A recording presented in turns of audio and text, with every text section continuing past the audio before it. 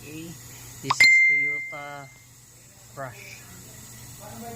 Okay, this yeah, that work, but gonna try to clean it first. Top on the bottom, cylinder head top, and oil some cleaning, and we'll see if yeah, if the engine will be survive. Find out after this. Okay guys, thank you, bye.